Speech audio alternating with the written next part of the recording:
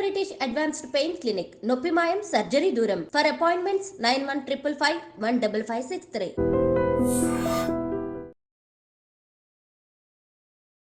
అందరికీ నమస్కారం. నేను స్వరూపపట్లపల్లి. Welcome to iDream. Manchu ఫ్యామిలీలో తలెత్తిన విభేదాల మీద విపరీతంగా చర్చ నడుస్తోంది.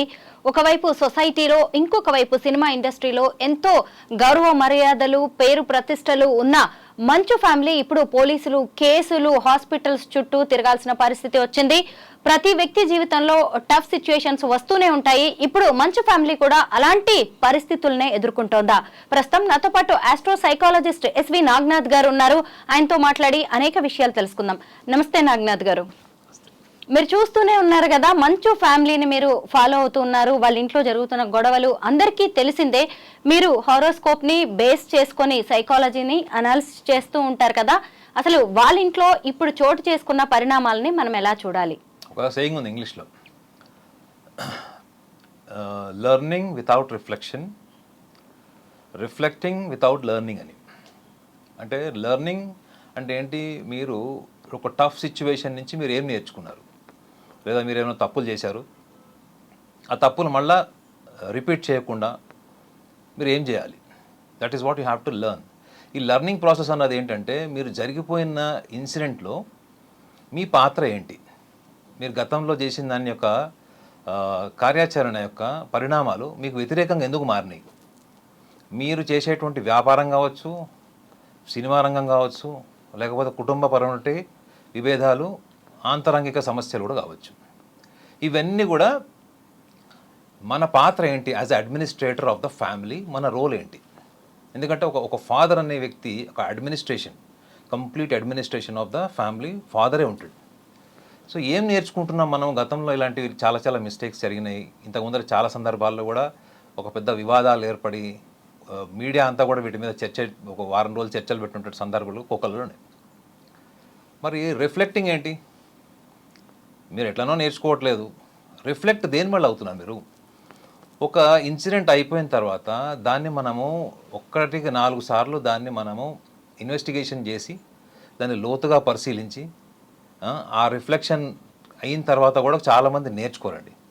You know what is wrong, where it went wrong, and what is your contribution as a person administration of the family. You know the fact, but you don't want to learn. You always think that I am the authority, I am the superior, whatever I do is right. ఈ reflection నుండి learning లేకపోయినా, learning నుండి reflection లేకపోయినా దాన్ని ఏమంటారు అంటే narcissistic trait అంటారు. అంటే ఏంటి? I'm right, I'm the boss, I'm the authority, నాకు నువ్వు చెప్పడం ఏంటి అనేటువంటి ధోరణి జీవితంలో మీరు ఎన్ని సందర్భాల్లో మీరు కింద పడి లేచి దెబ్బలు తిని రకరకాల వివాదాలు, అందులో మోస్ట్ ఆఫ్ ద కాంట్రవర్సీస్ వీళ్ళ ఫ్యామిలీలో చూడండి వర్బల్ నాన్ సెన్సే ఉంటుంది. అటు మంచు విష్ణు చేసిన, మంచు మోహన్ బాబు చేసిన, వీళ్ళిద్దరే మీరు చూడండి, వీళ్ళ స్టేట్మెంట్స్ని ఎక్కువగా మీకు సోషల్ మీడియాలో విపరీతంగా ట్రోల్ చేశారు. అంటే భూత భవిష్యత్తు వర్తమాన కాలానికి సంబంధం లేనటువంటి పదాలన్నీ, స్టేట్మెంట్లు అన్నీ ఇస్తారు వీళ్ళు. అంటే వర్తమానంలో ఉండి ఎప్పుడో గతంలో విషయాన్ని రిలేట్ చేయలేరు, వర్తమానంలో ఉండి ఫ్యూచర్లో వాళ్ళు చేయబోయే ప్రణాళికని రిలేట్ చేయలేరు. అంటే రిలేటివిటీ ఉండదు వీళ్ళు మాట్లాడుతున్నప్పుడు. మీరు రిలేటివిటీ లేని కమ్యూనికేషన్ని మీరు ఒక ప్రెస్ ముందర ప్రెస్ కాన్ఫరెన్స్లో మాట్లాడుతూ ఏం మాట్లాడాలో తెలియక లాస్ట్ అటు తిప్పిటి వచ్చి నేను ఒక లెజెండ్ని, లేదా నేను ఒక తోప్ని, నేను ఒక తురుం ఖాన్ అనేటువంటి ఒక కన్క్లూజన్కి రావడం అన్నది, ఇది చాలామంది మనోభావాలు దెబ్బతీసింది. హానెస్ట్లీ చాలామందివి మనోభావాలు దెబ్బతీసింది. ఆ దెబ్బతీయడం వల్ల ఇవాళ వీళ్ళ ఫ్యామిలీలో చూడండి, వాళ్ళ ఫ్యామిలీలో కూడా గ్రూప్ చేశారు. మెయిన్ మంచు మన విష్ణుని కానీ మోహన్ బాబుని సపరేట్ చేసి, అటు మంచు లక్ష్మిని సాఫ్ట్ కార్నర్ ఉంది, మనోజ్కి ఎట్లనా సాఫ్ట్ కార్నర్ ఉంది. మనోజ్కి డైరెక్ట్ సపోర్ట్ వాళ్ళ సిస్టర్దే ఉంది, లక్ష్మిది. సో ఒక discrimination of family is highly, it leads to chaotic atmosphere. అంటే వీళ్ళ ఇంట్లోనే వీళ్ళ తరగతులు తయారు చేసుకొని, ఈ తరగతుల్లో నుంచి వీళ్ళు డివైడ్ అయిపోయి ఒక్కొక్కళ్ళు ఒక్కొక్క గ్రూప్ లాగా మారిపోయారంటే ఆ ఇంటి అడ్మినిస్ట్రేషన్ ఎట్లా అని చెప్పండి. నాకు తెలిసి వాళ్ళ మీడియాలో చూస్తుందంతా కూడా వాళ్ళ ఏం చేశారో కాదు మేడం, ఇది గత కొన్ని సంవత్సరాలుగా ఇవాళ మీడియాలో బయటకు వచ్చింది అంతే తప్ప, సుమారు ఒక 25 సంవత్సరాలుగా అడ్మినిస్ట్రేషన్ ఫెయిల్యూర్ అన్నది ఒక సైకాలజిస్ట్ ఎవరన్నా కనుక మొత్తం ఆద్యంతం ఇప్పుడు జరుగుతుందంతా కూడా విశ్లేషిస్తే, it is a failure of the administration of the family, not just because of the recent thing what all happened, what all appeared in the media. It is all the failure of the administration of the family last from more than 25 years. ఎందుకంటే ఒక్కొక్కళ్ళకి చూడండి 40 ఏళ్ళు ఉన్నాయి. 40 ఏళ్ల తర్వాత మీరు ఒక్కసారి ఆలోచించండి స్వరూప్ గారు, అసలు సైకాలజిస్టులు ఏం చెప్తారు తెలుసా? 40 ఏళ్ళు దాటిన ఎవరైనా మా దగ్గర కౌన్సిలింగ్కి వస్తే వాళ్ళకి ఏమైనా ఎమోషనల్ ప్రాబ్లమ్స్ ఉంటాయి, ప్రాపర్టీ రిలేటెడ్ ప్రాబ్లమ్స్ ఉంటాయి, ఈగోసెంట్రిక్ ప్రాబ్లమ్స్ ఉంటాయి, ఫ్యామిలీ అడ్మినిస్ట్రేషన్ ఎవరు రన్ చేయాలన్నటువంటిది ఒక ప్రాబ్లమ్స్తో వస్తారు మా దగ్గరికి. మేము వాళ్ళకి కౌన్సిలింగ్ చేసిన తర్వాత, ఆ రిలేటెడ్ కంటెంట్ కౌన్సిలింగ్ చేసిన తర్వాత వాళ్ళకి మోరల్గా ఒక విషయం చెప్తాం. ఏంటంటే 40-45 సంవత్సరాలు వచ్చిన తర్వాత ఎటువంటి ఎమోషనల్ ప్రాబ్లమ్స్ పెట్టుకోకండి, ఉన్న వాటిని ఏదో ఒక రకంగా మీరు సాల్వ్ చేసేసుకోండి. ఎందుకంటే 40-45 ఇయర్స్ తర్వాత కూడా మీరు ఇంకా ఎమోషనల్ ప్రాబ్లంతో సఫర్ అవుతున్నారంటే ఒక మనిషికి బలమైన వ్యక్తిత్వం లేనట్టు, అసలు ఆ వ్యక్తి జీవిత అనుభవాల నుంచి ఏది రిఫ్లెక్ట్ అయ్యి నేర్చుకున్నట్టు. ఈ ఎమోషనల్ ప్రాబ్లమ్స్ అన్నీ కూడా 45 ఇయర్స్ తర్వాత వాళ్ళ ఫిజికల్ ఎండ్యూరెన్స్ కానీ మెంటల్ ఎండ్యూరెన్స్ కానీ తగ్గిపోయే ఏజ్ అది. మీరు మిడిల్ ఏజ్కి వచ్చేటప్పటికి ఏమైపోతారు మేడం? బాడీ కూడా అంత సపోర్ట్ చేయదు, మైండ్ అంత సపోర్ట్ చేయదు, బాడీ ఎనర్జీ సపోర్ట్ చేయదు చాలా మటుకు. సో వాళ్ళందరికీ ఏం చెప్తామంటే ఈ 45-50 ఏళ్ళ దగ్గరకు వచ్చేటప్పటికి నాయన మీ దగ్గర ఎటువంటి ఎమోషనల్ ఫ్యామిలీ ప్రాబ్లమ్స్ ఉన్నా కానీ వాటిని మీరు కూర్చొని సార్ట్అవుట్ చేసుకొని ఫినిష్ చేసుకోండి అని చెప్తాం. కానీ నిజంగా వీళ్ళ ఫ్యామిలీలో చూడండి, all are above 40 years, all 3 children are above 40 years, father 60+. ఈరోజు వాళ్ళందరూ కొట్టుకునే స్టేజ్కి వచ్చి ఒక ఫాదర్ని కొట్టేసేటువంటి స్టేజ్ వచ్చింది అంటే it is finished, unrecoverable state. It is called unrecoverable state. అంటే ఇది ఒక పోస్ట్ ట్రామాటిక్. నిజంగానే ఇప్పుడు మోహన్ బాబు గారు ఎవరైతే ఇప్పుడు హాస్పిటల్లో ఉన్నారో అది ఒకవేళ జెన్యున్ స్టోరీ అయితే, అంటే అదే కథ ఆద్యంతం ఏదైతే బయటకు వచ్చిందో అది నిజమే అయితే ఆయన మళ్ళీ రికవర్ కాడు. కాకపోతే ఆయనకు బేసికల్గా సొసైటీ అంటే పెద్ద రెస్పెక్ట్ వాల్యూ ఉన్నట్టు ఎక్కడ కూడా ఆయన స్టేట్మెంట్స్ ఎక్కడ కనపడవు. చాలా షుగర్ కోటెడ్ యాటిట్యూడ్ ఉంటుంది కాబట్టి సో ఆయన ఇవన్నీ ఏముందిలే అని దులిపేసుకొని మళ్ళీ రేపు పొద్దున సభ్య సమాజంలో మళ్ళీ మైక్ ముందర రాగానే మళ్ళీ అదే యాటిట్యూడ్, అదే అరెగెన్స్తో మాట్లాడేటువంటి అవకాశాలు కూడా లేకపోవచ్చు, గ్యారంటీ లేదు.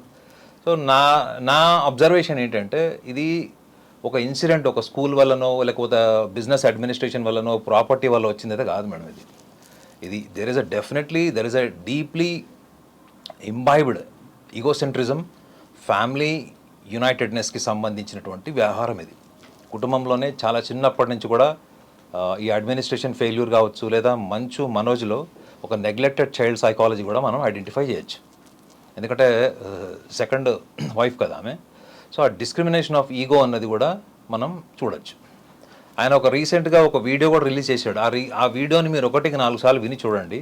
అందులో ఆయన చాలా క్లియర్గా కొంచెం డిస్క్రిమినేషన్తో మాట్లాడాడు ఆయన. ఎస్, నేను అడగబోతున్నది కూడా ఇప్పుడు అదే. నాగనాథ్ గారు, ఇప్పుడు ఈ స్టోరీ మొత్తం, ఈ ఫ్యామిలీ డ్రామా మొత్తం 3 క్యారెక్టర్స్ చుట్టూ తిరుగుతోంది. మోహన్ బాబు, మనోజ్, విష్ణు. విష్ణు చూస్తే క్యారెక్టర్ ఒక రకంగా ఉంది, మనోజ్ది ఇంకా డిఫరెంట్గా ఉంది. అయితే ఆ తండ్రి రిలీజ్ చేసిన ఆడియో మెసేజ్లో కూడా ఒరే మనోజ్, నేను నిన్నెంత గారాభంగా పెంచానురా, ఎంత అల్లారు ముద్దుగా పెంచానురా, మిగతా ఇద్దరికంటే కూడా నిన్నే ఎక్కువగా ప్రేమగా చూసుకున్నానని చెప్పారు. ఎందుకు ఒకే పేరెంటింగ్ చూసినప్పుడు ఒకటే అయినప్పుడు ఎందుకు వీళ్ళిద్దరి పర్సనాలిటీస్ అన్నదమ్ములవి ఇంత డిఫరెంట్గా ఉన్నాయి? అదే, దట్ ఈస్ వెరీ ఇంపార్టెంట్. ఎందుకంటే సైకాలజీ కూడా ఏం చెప్తుంది అంటే, ఫర్ ఎగ్జాంపుల్ ఇప్పుడు మీ ఇంట్లో 4 పిల్లలండి, మీకు 4 పిల్లలు ఉన్నారు. మీ 4 పిల్లల్ని మీరు మీ భర్త ప్రేమగా పెంచుతారు, వాళ్ళకి అన్ని ఫెసిలిటీస్ ఇస్తారు. కానీ వాళ్ళ 4 వ్యక్తిత్వం ఎందుకు భిన్నంగా ఉంటుంది? ఒకళ్ళు షార్ట్ టెంపర్డ్ ఉంటారు, ఒకళ్ళు స్మార్ట్ ఉంటారు, ఒకళ్ళు అగ్రెసివ్ ఉంటారు, ఒకళ్ళు యారగెంట్ ఉంటారు, ఇంట్రోవర్ట్స్ ఉంటారు. ఎందుకు అంటే బై బర్త్ ఒక నేచర్ ఉంటుంది, పుట్టుకతోని ఒక స్వభావం వస్తుంది. దాన్ని సైకాలజీలో నేచర్ అంటారు. మీ పెంపకంని నర్చర్ అంటారు. So nature by birth can influence and modify the individual's personality for the betterment of life. ఇది సైకాలజీ చెప్తుంది. ఆస్ట్రాలజీలో కూడా బై బర్త్ ఒక నేచర్ ఉంటుంది మేడం. ప్రతి హారోస్కోప్కి కూడా ఒక సిగ్నిఫికెంట్ క్యారెక్టర్స్ ఉంటాయి, నేచర్ ఉంటుంది. అది పుట్టుకతోనే వస్తుంది, గర్భసంచిలో ఉన్నప్పుడే ఆ లక్షణాలు ఉంటాయి వాళ్ళకి. ఆ శిశు జన్మం టైంలో గర్భసంచిలో నుంచి శిశు జన్మం జరిగేటప్పటికీ వాళ్ళకి ఒక స్వభావం ఉంటుంది అని జ్యోతిష శాస్త్రం ఎప్పుడో చెప్పింది.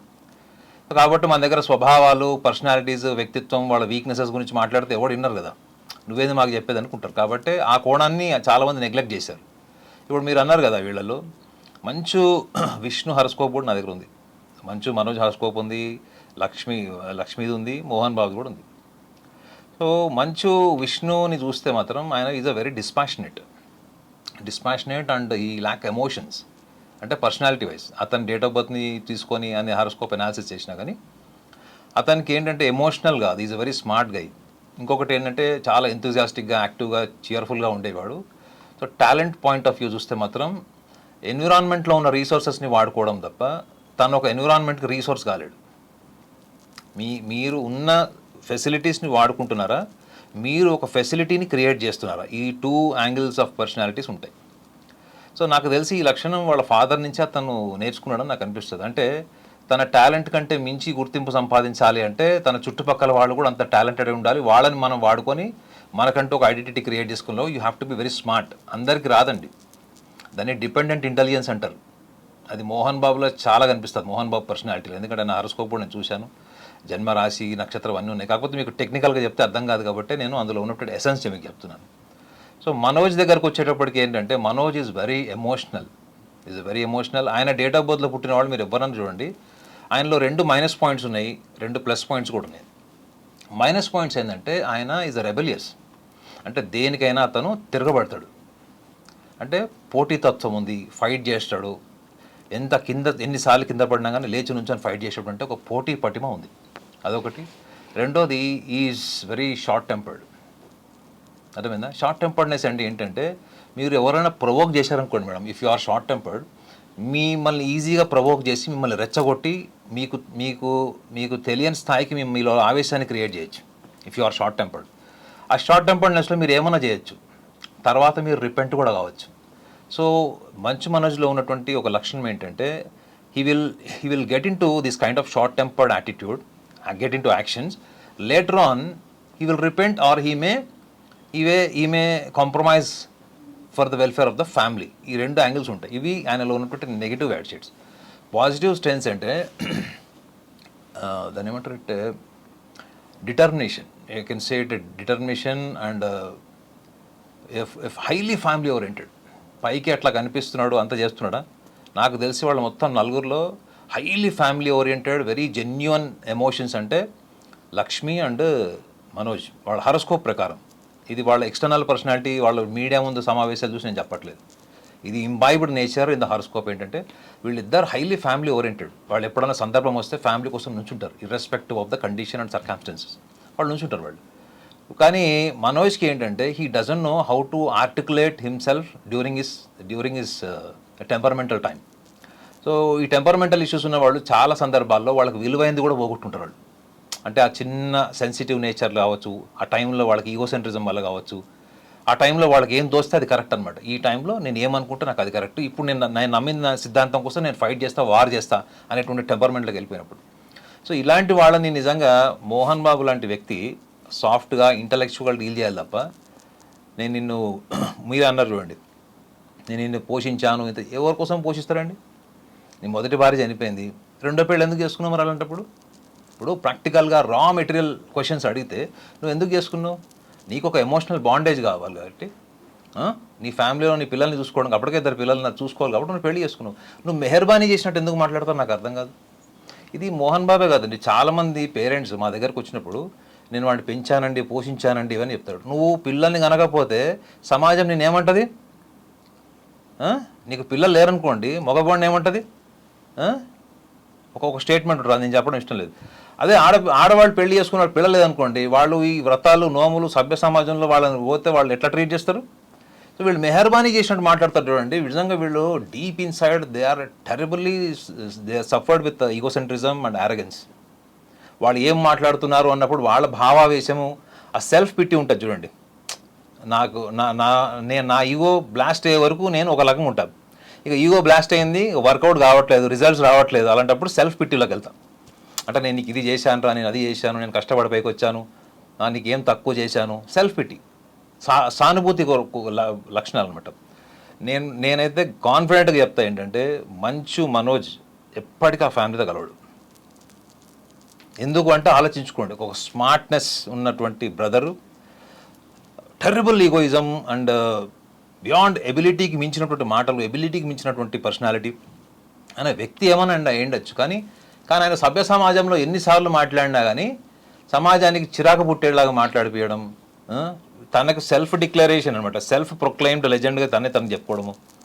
నిజంగా చెప్పాలంటే అసలు మీరు ఒకసారి ఆలోచించండి మేడం, వజ్రోత్సవం జరిగింది తెలుసు కదా మీకు, ఫిలిం ఇండస్ట్రీ వజ్రోత్సవం జరిగినప్పుడు ఆయన చేసినటువంటిది ఎంతమందిని ఇప్పటికి కూడా మర్చిపోకుండా చేసింది. సో మోహన్ బాబు గారి పర్సనాలిటీలో ఏంటంటే ఆయన హైపర్ సెన్సిటివ్ అండి. ఈగోయిజం వెనక హైపర్ సెన్సిటివిటీ కూడా ఉంటుంది. ఈ హైపర్ సెన్సిటివ్ ఉన్నవాళ్ళు మిమ్మల్ని ప్రేమిస్తే కూడా పిచ్చోళ్ళలాగా ప్రేమిస్తారు.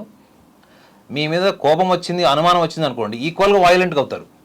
కేరింగ్ ఎక్స్ట్రీమ్స్ ఉంటాయి, వెండెక్టివ్నెస్, రివెంజ్ కూడా వెనకబడి రివెంజ్ తీసుకుంటారు వీళ్ళు. ఎక్స్ట్రీమ్స్ అనమాట. Psychological. Love is psychological, hatred is also psychological. So ఇట్లాంటి వాళ్ళు అధికారంలో ఉన్నప్పుడు, వాళ్ళు ఒక అడ్మినిస్ట్రేషన్ పవర్లో ఉన్నప్పుడు దాన్ని మిస్యూజ్ చేసుకుంటారు బికాజ్ ఆఫ్ హైపర్ సెన్సిటివ్. వీళ్ళకి పక్షపాతం ఉంటుంది. వీళ్ళకి భజన చేసే వాళ్ళకు ఒక అడ్మినిస్ట్రేషన్ ఉంటుంది. వీళ్ళని ఎవరైనా రాడికల్గా క్వశ్చన్ వేసినా, ఫ్యాక్ట్స్ మాట్లాడినా, లేదా మీకు ఇండివిజువాలిటీ ఉందనుకోండి, మిమ్మల్ని ఇరాడికేట్ చేసేటువంటి లక్షణాలు కూడా ఈ మోహన్ బాబు గారి పర్సనాలిటీలో ఉంటాయి. ఇది ఇంబైబ్డ్ ఉంటాయి ఇవి. ఇప్పుడు వాళ్ళ ఇంట్లో చూసుకోండి మీరు, రిలేటివ్గా అదే జరుగుతుందా లేదా? ఒక కొడుకు మీద ఒక డిస్క్రిమినేషన్ ఉంది, ఇంకో కొడుకు మీద ఇంకో డిస్క్రిమినేషన్ ఉంది. ఇట్లా ఉన్నప్పుడు ఆ ఫ్యామిలీ అడ్మినిస్ట్రేషన్ అంతా కూడా ఈయన అనుభవము, ఈయన ప్రజలకు చెప్పేటువంటి క్రమశిక్షణ, ఈయన ఆరాధ్య దైవం అనేటువంటి రామారావు గారు, దాసనారాయణరావు గారు, వీళ్ళందరూ ఎలా ఉన్నారు అసలు? ఈ రోజు కూడా రామారావు గారి కుటుంబంలో ఎవరైనా రామారావు గారికి వ్యతిరేకంగా ఇవాళ మాట్లాడతారు వచ్చి? అంటే పిల్లలు రోడ్డు మీద వచ్చి కొట్టుకున్నారు ఇట్లా ఆస్తుల కోసం. వేరే కారణాల వల్ల, పొలిటికల్ రీజన్స్ వల్ల అది వేరే విషయం. బట్ ఆస్తి కోసం కొట్టుకున్న వాళ్ళు రోడ్డు మీదకి వచ్చి ఇట్లా ఉన్నారు. ఎవరన్నా ఆయనకు ఎదురుగా నుంచి మాట్లాడే ధైర్యం ఎవరికైనా ఉందా? కానీ వాళ్ళు ఇక్కడ ఏం జరిగిందని హాస్పిటలైజ్ అయ్యండు ఇంజురీస్తోని. హాస్పిటలైజ్ అయ్యాడు. ఇవాళ పొద్దున కూడా ఏదో వీడియో చూసాను, డాక్టర్ ప్రజెంటేషన్లో చూశాను. చెస్ట్ మీద, తలకాయ మీద, వీపు మీద, చేతి మీద అన్ని దెబ్బలు నేనాడు. So that is finished madam. The administration not just an administration. మనం సోల్ అంటాం చూడండి, that soul itself is vanished out of his body. Now is only physical. So నా దృష్టిలో ఏంటంటే వాళ్ళ ఫ్యామిలీలో 3 రకాల 4 రకాల వ్యక్తిత్వాలు, బలమైన వ్యక్తిత్వాలు ఉన్నా కానీ మంచు మనోజ్ మాత్రం ఆయనని హ్యాండిల్ చేసే విధానం మాత్రం మోహన్ బాబు నేర్చుకోలేదు. 100% నేర్చుకోవాలి. ఇప్పుడు ఇవాళ వచ్చి నువ్వు క్లారిఫికేషన్ ఎందుకు ఇచ్చుకోవాలి? నువ్వు అక్కడ నేను ఇట్లా పెంచాను అట్లా పెంచానని నువ్వు నీకు నచ్చినట్లు పెంచడం కాదు, అవతల వాళ్ళని అర్థం చేసుకుని వాళ్ళ వ్యక్తిత్వానికి అనుగుణంగా నువ్వు వెళ్తేనే నువ్వు ఫాదర్ అవుతావు, అప్పుడే నువ్వు మదర్ అవుతావు. పిల్లల్ని అట్లనే పెంచుతారండి చిన్నప్పుడు. తల్లి తనకు నచ్చినట్టు పిల్లల్ని పెంచదు. పిల్లలు ఎదుగుతున్న క్రమంలో వాళ్ళ మనస్తత్వం ఏంటో ఆలోచించి పెంచుతుంది. వాళ్ళు నిజంగా గొప్ప తల్లులు అవుతారు, గొప్ప తండ్రులు అవుతారు వాళ్ళు. నాగ్నాథ్ గారు, ఈ గొడవల్లో ఆ కుటుంబంలోని మహిళలు కూడా చాలా నలిగిపోతున్నారు. మంచు లక్ష్మి కావచ్చు, భూమా, మౌనిక, అలాగే మనోజ్ తల్లి మోహన్ బాబు గారి భార్య కూడా ఎంతో నలిగిపోతున్నారు. అయితే ఇంకొక వైపు చూసినప్పుడు తండ్రి కొడుకుల మధ్య గొడవ జరిగింది, ఘర్షణ జరిగింది, అక్కడి వరకు ఓకే. మళ్ళీ నెక్స్ట్ డే 2 రోజులు ఆగిన తర్వాత మీడియా మీద దాడి చేశారు, ఓ రిపోర్టర్ని స్ట్రాంగ్ గా కొట్టారు మోహన్ బాబు. దీన్ని ఎలా చూడాలి? ఆయన సైకలాజికల్ పరిస్థితి ఎలా ఉంది? అంటే ఇంట్లో జరిగిన గొడవలన్నింటినీ తీసుకొచ్చేసి ఇలా బయట వ్యక్తుల మీద చూపించారంటారా ఆయన? మీరు అది చూశారంతే. What you have seen is reaction on reporter was an evidence. The evidence was visible through the media. అది మీరు చూసింది మేడం. అంటే ఆయన ఒరిజినల్ నేచర్ అదే. యాక్చువల్లీ మీరు అదేదో మీడియా వాళ్ళు లాస్ట్ 3-4 డేస్ నుంచి కథనాలు వేస్తున్నారు, మా ఫ్యామిలీని రోడ్డు మీదకి లాగుతున్నారు అని కూడా ఎక్కడో ఒక స్టేట్మెంట్ ఇచ్చారు వాళ్ళు. అనవసరంగా మా కుటుంబాన్ని ప్రవోక్ చేసి చివరికి మా ఫాదర్ టెంపర్మెంట్ లూజ్ అయ్యేలాగా చేసి విష్ణు దాన్ని సమర్థించుకోవడం కోసం, వాళ్ళ ఫాదర్ని సమర్థించుకోవడం కోసం మాట్లాడారు. సో ఆ టైంలో మీరు ఎవరినైతే కొట్టారో, తిట్టారో, తన్నారో కాల్తోని, ఒక అన్పార్లమెంటరీ లాంగ్వేజ్ కూడా వాడాడు ఆయన. వర్బల్లీ కూడా అన్పార్లమెంటరీ లాంగ్వేజ్ వాడాడు. ఇప్పుడు కొట్టాడు, అది 3-4 రోజుల నుంచి మా ఫ్యామిలీని రోడ్డు మీద లాగుతున్నారని. గతంలో ఎన్నో సందర్భాల్లో వాళ్ళ ఇంట్లో మేకప్ మ్యాన్ ఇష్యూ అయినప్పుడు కూడా వాళ్ళ ఫ్యామిలీ పెద్ద చర్చకు వచ్చినప్పుడు ఇంట్లో ఉన్న సర్వెంట్ మేడ్ కూడా ఒక స్టేట్మెంట్ ఇచ్చింది. సో మీరు చూసింది ఆయన డైలీ, నాకు తెలిసి మోస్ట్ ఆఫ్ ద టైమ్స్, అంటే 10 సందర్భాల్లో సహనం కోల్పోయినప్పుడు 6 సందర్భాల్లో ఇటువంటి రియాక్షన్ ఉండే ఉంటుంది ఎన్విరాన్మెంట్ మీద. అంటే ఆయన పనిచేసే, అంటే ఒకవేళ ఫిలిం ఛాంబర్లో పనిచేస్తున్నప్పుడు, అంటే సినిమా షూటింగ్లప్పుడు ఇటువంటి రియాక్షన్స్ ఉన్నాయని కూడా కథనాలు ఉన్నాయి ఆయన మీద. అంటే ఆర్టిస్టుల మీద ఆయన బిహేవియర్, ఇది కథనాలు ఉన్నాయి. దానికి ఎవిడెన్స్ ఉందో లేదో తెలియదు కానీ కథనాలు అయితే ఉన్నాయి. So he's aggression and this temperament, it is not just verbal, even it is getting in to the actions. So అర్థం ఏంటి అంటే, ఒక రకంగా చెప్పాలంటే నువ్వు యాంటీ సోషల్ ఎలిమెంట్ కిందకి వస్తారు. అంటే నువ్వు ఒక వ్యక్తిని కొట్టినప్పుడు ఒకవేళ ఆ తలకాయ దెబ్బ దగ్గర చనిపోయింటాడు, ఇంకేమైనా సివియర్గా అయ్యింది, ఏదైనా మెమరీ లాస్ అయ్యి, లేకపోతే ఇంకేమైనా అయ్యింటే పాసిబిలిటీ. ఇప్పుడు అక్కడ జరగలేదు, ఓకే, ఫార్చునేట్. బట్ జరిగి ఉంటే అంటే నీకు కాన్సిక్వెన్సెస్ కూడా తెలియని స్థితిలో నువ్వు ఒక మనిషిని డ్యామేజ్ చేయడానికి, హామ్ చేయడానికి నీ మనసు ఆ రోజు అక్కడ సందర్భము లేదా గత 2 రోజుల్లో జరుగుతున్నటువంటి సినారియోని బేస్ చేసుకొని జరగలేదు. That is what is actually. అతని ఒరిజినల్ పర్సనాలిటీ ఏంటంటే తనని ఎవరన్నా ప్రశ్నించినా తనలో ఉన్నటువంటి hypersensitivity, egocentrism, I'm the boss, నన్ను ఎవరు క్వశ్చన్ అడగదు, ఆయన రియాక్షన్ అలానే ఉంటుంది. క్వశ్చన్ వేసాడు కాబట్టే మన దగ్గర చాలామంది సెలబ్రిటీలని మీరు క్వశ్చన్ అడగండి డైరెక్ట్గా 2-3 క్వశ్చన్స్, ఇలా రియాక్షన్ ఉండకపోవచ్చు కానీ మైక్ తీసేసి వెళ్ళిపోవడము, అరవడము, తిట్టడము, లేదా అవతల వాడికి వాడి స్థాయి గురించి మాట్లాడడం, ఇవన్నీ సర్వసాధారణంగా ఉంటాయి. మీరు చూడండి, ముఖ్యంగా ఆడియో ఫంక్షన్స్లో చాలామంది జర్నలిస్టులు అడిగినటువంటి క్వశ్చన్స్కి కొన్ని ఆన్సర్స్ కూడా ఎట్లాంటి రాడికల్ రియాక్షన్స్ ఉంటాయో మీరు చూడండి. సో నా దృష్టిలో చెప్పాలి అంటే ఇతని మీద కంట్రోల్ లేదు అసలు. And he doesn't bother about consequences. అంటే జనరల్గా రౌడీ షీటర్లు, క్రిమినల్స్ వాళ్ళకి రేపు ఏం చేస్తారు, రేపు జైలుకి పోతామా, రేపు పొద్దున్న నా పరిస్థితి ఏంటి అన్నట్టు అవగాహన లేకుండా ప్రవర్తన ఉండేది ఎవరికి? ఓన్లీ యాంటీ సోషల్ ఎలిమెంట్స్కి ఉంటుంది. అంటే నీ ప్రవర్తన ద్వారా రేపు పొద్దున లీగల్ ప్రాబ్లమ్స్ కూడా ఫేస్ చేయాల్సి వస్తుంది. కానీ మనం భయపడే దానికి కదా మేడం, మనం లాకి భయపడతాం మనం, అవునా కదా? ఎంత కోపం వచ్చినా ఇవాళ మనం ఎందుకు అణుచుకున్నామంటే because of law and order. నువ్వు ఒక వ్యక్తిని కొట్టినప్పుడు నువ్వు చెప్పుకునే కారణాలు ఏమన్నా ఉండొచ్చు, కానీ అతన్ని కొట్టడం అన్నది అది చాలా చాలా అది ఖండించాల్సిన విషయం. అది కొట్టడం అన్నది నీకు రైట్ లేదు, నీ కొడుకుని కొట్టే రైట్ కూడా నీకు లేదు. వాళ్ళ స్వేచ్ఛ, వాళ్ళ మనోభావాన్ని నీ ముందు ఉంచినప్పుడు నీ భావోద్వేగాలు ఎట్లున్నాయి, నీ టెంపర్మెంట్ ఎట్లా ఉంది? మరి ఇన్ని సంవత్సరాలు నీకు పద్మశ్రీ వచ్చింది, క్రమశిక్షణ గురించి మాట్లాడావు, పెద్ద పెద్ద లెజెండ్ల పేర్లు చెప్పావు, టైమింగ్స్ కూడా చెప్తావు. ఈ సన్ షట్ అయిపోయే లోపల షూటింగ్ అయిపోవాలట, అది ఆయన థియరీ అది. ఓకే, మిగతా వాళ్ళు సన్ షట్ అయిన తర్వాత కూడా షూటింగ్ చేస్తారు. ఇవన్నీ ఆయన చెప్పుకున్నవి ఇంటర్వ్యూస్లో నేను చూశాను. కానీ నిజంగా ప్రాక్టికల్గా నీ ఇంటి అడ్మినిస్ట్రేషన్ ఎట్లా ఉంది, నీ పర్సనల్ ఎమోషనల్ అడ్మినిస్ట్రేషన్ ఎట్లా ఉంది, ఇవి రెండింటికి మీరు రేపు పొద్దున్న మళ్ళీ క్వశ్చన్ అడిగి చూడండి, ఎస్కేపింగ్ ఆన్సర్ చెప్తారు వీళ్ళు. సో నాకు తెలిసి అయితే వాళ్ళ ఫ్యామిలీ అడ్మినిస్ట్రేషన్ ఫెయిల్ అయిపోయిన తర్వాత కోడలు కావచ్చు, భార్య కావచ్చు, ఎవరైతే అడ్జస్ట్ అయిపోయారో ఇన్ని సంవత్సరాలు వాళ్ళ భార్యకి ఇవ్వాలండి క్రెడిట్ మొత్తం. మోహన్ బాబు గారు భార్యకి ఈ రోజు వరకు వాళ్ళ కుటుంబంలో ఏం జరుగుతుంది, ఆయన టెంపర్మెంటల్ ఇష్యూస్ ఏంటి, ఆయన ఎట్లా కమ్యూనికేట్ చేస్తాడు, ఆయన ఎటువంటి సందర్భాల్లో ఎటువంటి నిర్ణయాలు తీసుకుంటాడు, ఇవన్నీ కూడా బయట ప్రపంచానికి ఎవరికి తెలియకుండా కేవలం అతను ఒక నటుడుగా మాత్రమే ప్రపంచానికి తెలిసేలా చేసిందంటే అందులో భార్య పాత్ర 99% ఉంది. ఈయన ఒక్క క్షణికావేశంలో ఇలా మాట్లాడడం, 2-3 ఇన్సిడెంట్స్ కూడా మనం చూసాం. కాబట్టి ఆయన టెంపర్మెంటల్ ఇష్యూస్ మీద ఆయనకు అసలు కంట్రోల్ లేదు. సో ఈ రోజు వరకు వాళ్ళ ఫ్యామిలీ యునైటెడ్గా ఉందంటే కూడా maybe only because of his wife. So వాళ్ళ వైఫ్, రెండోది మంచు మనోజ్ గురించి కూడా చెప్పాడు. నాకు ఫస్ట్ వైఫ్ డివోర్స్ అయింది మంచు మనోజ్ది. సెకండ్ వైఫ్ ఇప్పుడు ఈ అమ్మాయి కూడా అతన్ని బాగా అర్థం చేసుకొని అతని యాంగిల్లో అర్థం చేసుకోవడం అంటే ఏంటి తెలుసా మేడం, మీ వైపు నుంచి నేను ఆలోచించడం, I'm completely empathized to understand what kind of personality you are, that is what is understanding. నా ఆలోచన నుంచి, నా అహం నుంచి నేను అనాలిసిస్ చేసి అర్థం చేసుకోవడం అన్నది ఒక కోణం ఉంటుంది. సో ఆ యాంగిల్ ఆఫ్ అండర్స్టాండింగ్ అన్నది మంచు మనోజ్ భార్యకి ఉంది కాబట్టి వాళ్ళిద్దరు స్ట్రాంగ్గా నిలబడ్డారు. సో నాకు తెలిసి ఒకవేళ మోహన్ బాబు కానీ విష్ణు కానీ ఈ యాంగిల్లో వెళ్ళి అతన్ని కంట్రోల్ చేయడానికి ట్రై చేస్తే మాత్రం ఇంకా కియాటిక్ అట్మాస్ఫియర్కి దారి తీస్తుంది తప్ప ఇది ఎక్కడ కూడా ఆగదు. నాగనాథ్ గారు, ఇప్పుడు ఈ కుటుంబ వ్యవహారంలో వినయ్ అనే వ్యక్తి పేరు బాగా వినిపిస్తోంది. అయితే మనకి ఇది ఆస్తుల వివాదంలాగా, ఇంట్లో గొడవల్లాగా కనిపిస్తున్నా కానీ వాళ్ళ యూనివర్సిటీకి సంబంధించిన ఒక స్కామ్ జరుగుతుంది. ఆ విషయం విష్ణుకి తెలుసు, మోహన్ బాబుకి తెలుసు. ఈ వినయ్ అనే వ్యక్తి అంటే యూనివర్సిటీ ట్రస్టీగా వ్యవహరిస్తున్న వ్యక్తికి ఇవన్నీ తెలుసు. అతని వల్లే ఈ వివాదాలన్నీ పెరిగిపోయాయి అంటున్నారు. ఓ కుటుంబంలోకి బయట వ్యక్తుల ప్రవేశం అనేది ఇలాంటి అలజడిని సృష్టించే అవకాశం ఉంటుందంటారా? నాకు తెలిసి అంత ఉండదు మేడం. ఎందుకంటే ఇప్పుడు మీ ఇంట్లో మీకు వంట చేయడం చేత కానప్పుడు మీ వంట మనిషి చేస్తుంది. మీ వంట మనిషి ఎట్లా చేసినా మీరు తినాలి. రైట్? అడ్మినిస్ట్రేషన్ కూడా అంతే మేడం.